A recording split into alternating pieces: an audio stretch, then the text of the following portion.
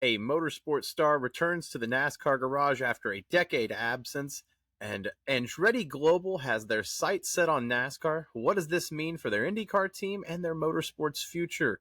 Welcome into the Breaking Balls channel. It is Bob here, and we've got a lot to get into. If you're new here, hit the subscribe button. Adam and I will keep you entertained until the cars are back on track. Today, motorsports Olympic video that I thought was a very interesting concept.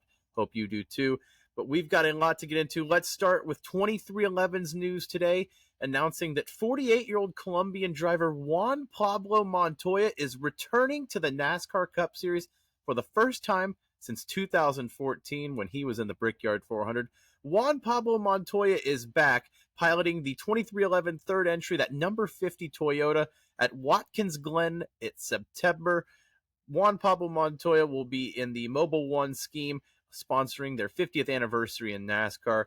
And the Colombian driver, again, a legend in motorsports, last raced at the 2014 Brickyard for Penske, but it was a full-time Ganassi driver from 2007 to 2013.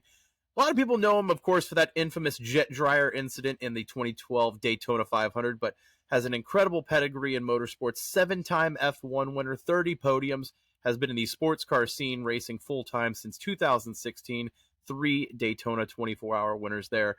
With Riley Herbst probably going to be in that seat full-time in that third charter next year, it's nice to see them still filling out this car with legends. You had Kamui Kobayashi at Coda. He had races last year as well. With Stage 60 at RFK going along, you have Cam Waters, David Reagan. Trackhouse's Project 91 is pretty much shelved now that Shane Van Gisbergen has taken that over full-time, but you've had guys like Kimi Räikkönen, Jenson Button. That's the beauty of this open entry with NASCAR, is that you can still have racing legends come at a great track like Watkins. It's going to be really fun seeing Juan Pablo Montoya back in the NASCAR garage. Another famous name in the motorsports scene that has their sights set on the NASCAR series is the Andretti Global industry. Now, they have just expanded like wildfire in the motorsports community, of course, with their sights set on F1, now pushed back to 2028. President J.F. Foreman's video this week, he mentioned a potential expansion for Andretti Global. Quote, "We're the only ones that compete in the amount of series that we do. And then the ambition that Mike still has. We still have to close the loop, obviously, with Formula One. That's well documented. And hopefully NASCAR. Then we're going to have a race virtually every weekend, and it'll keep our name out there and keep us busy."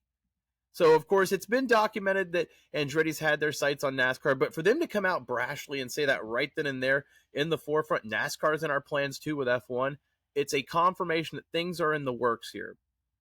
They're basically a silent partner with Spire already. You've seen Marco Andretti run their Truck Series cars, and with that Gainbridge financial takeover, Gainbridge and their parent company, Group 1001, they are basically the funders for Andretti right now.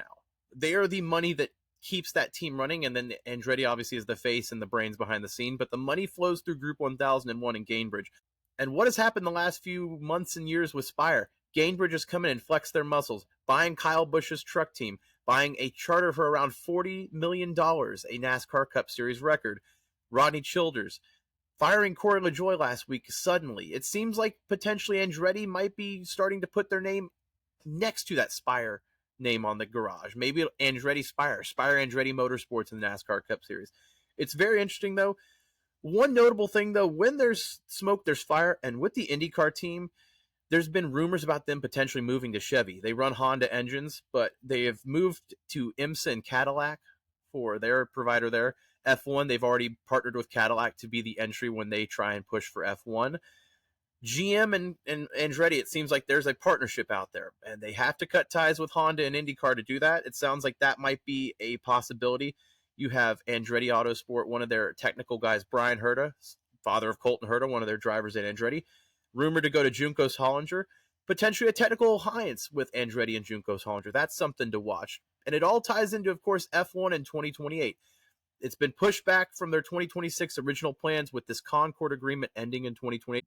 That's the next sites that Andretti has on the F1 scene, but they're going to be partnered with GM Cadillac, and that is the big money team for them. So it seems like if they can get all their ducks in line and have GM on almost all of their entries and all around their global motorsports entries, they might be able to get their ducks in line and make something work here.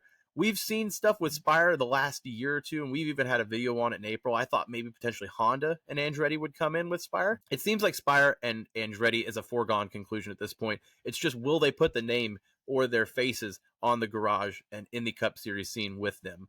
They're already backing it with Group 1001 Gamebridge and that financial takeover, but it seems like Andretti could be coming to the NASCAR Cup Series garage sooner rather than later. A lot to break down. Of course, we jumped a little bit of IndyCar silly season in there. What happens with the other side there?